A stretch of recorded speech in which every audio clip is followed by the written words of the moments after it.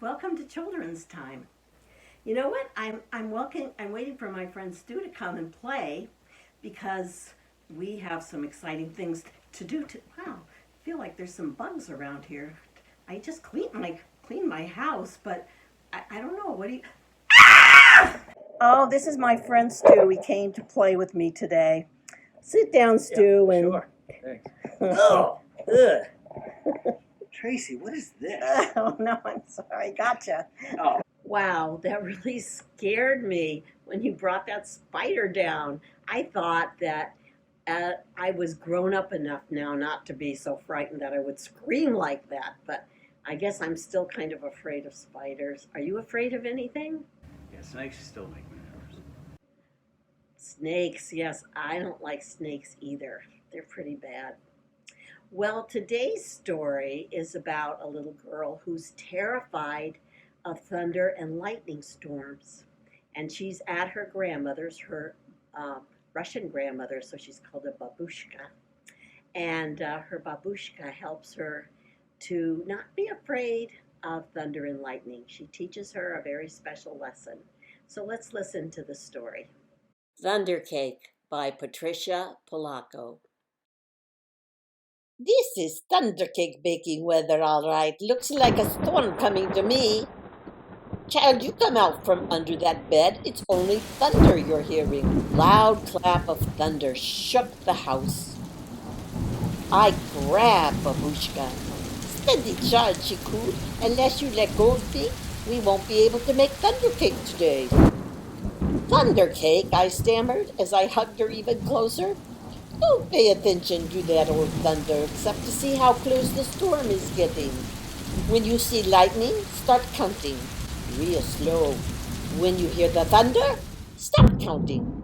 That number is how many miles away the storm is. So we have time to make the cake and get it into the oven before the storm comes, or it won't be real thunder cake.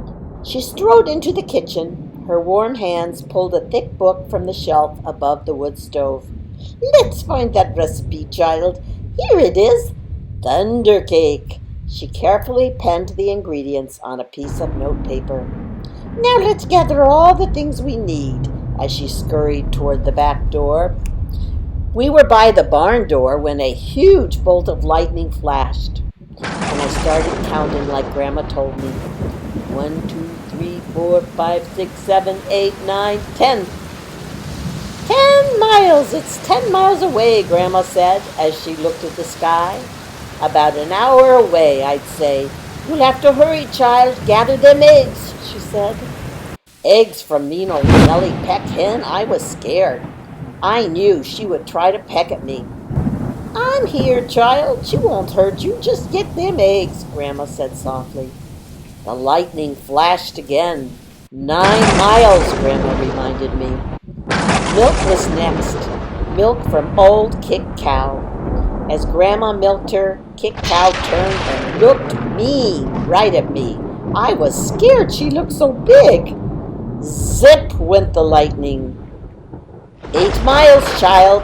Now we have to hurry and get chocolate and sugar and flour from the dry shed. Another jagged edge of lightning flashed. Hurry now, we haven't much time. We've got everything but the secret ingredient. 3 overripe tomatoes and some strawberries, Grandma whispered as she squinted at the list. I climbed up high on the trellis. The ground looked a long way down. I was scared. I'm here, child. You won't fall. I reached 3 luscious tomatoes while she picked strawberries.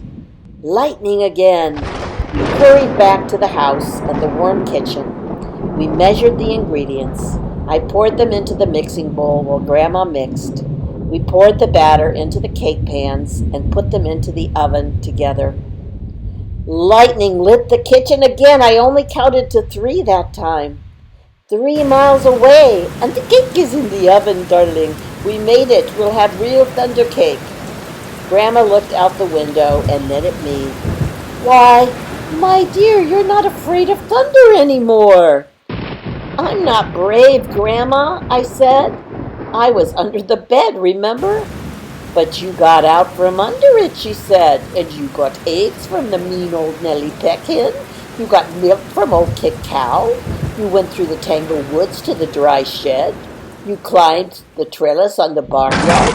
And from where I sit, only a brave person could have done all them things. She was right. I was brave.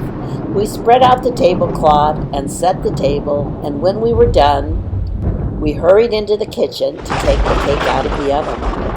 After the cake cooled, we frosted it. Just then the lightning flashed again, and this time it lit up the whole sky. The storm was here. Oh, perfect, perfect, just perfect, she beamed as she added the last strawberry to the glistening chocolate frosting on top of the thunder cake. Grandma cut a wedge for each of us. She poured us steaming cups of tea from the thermos.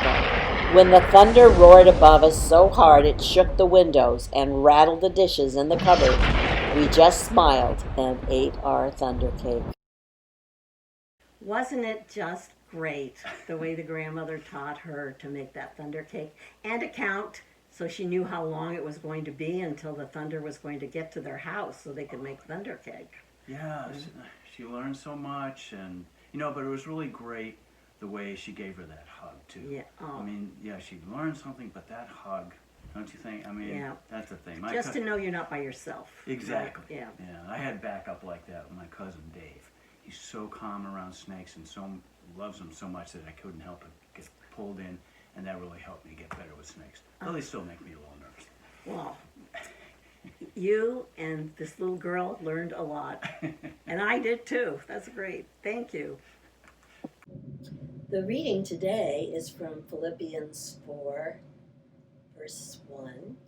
And the disciples are very anxious and scared. They're just not sure what the future is going to bring, if they're going to be persecuted. And they're very frightened.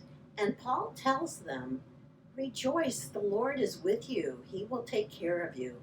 And he tells them that they can reduce their fear by just enjoying every moment, celebrating every moment, and also in learning from people that have been through things before, through wise people. And that's very similar to the story that we heard today about Thunder Cake, where the little girl learns to distract herself by making the thunder cake. Her grandmother, the wise woman, teaches that. And also when she's nervous, she gives her a hug and says, I'm with you. Because isn't half the battle just having somebody with you when you're nervous and upset and knowing that you're not alone? That's half of the faith battle.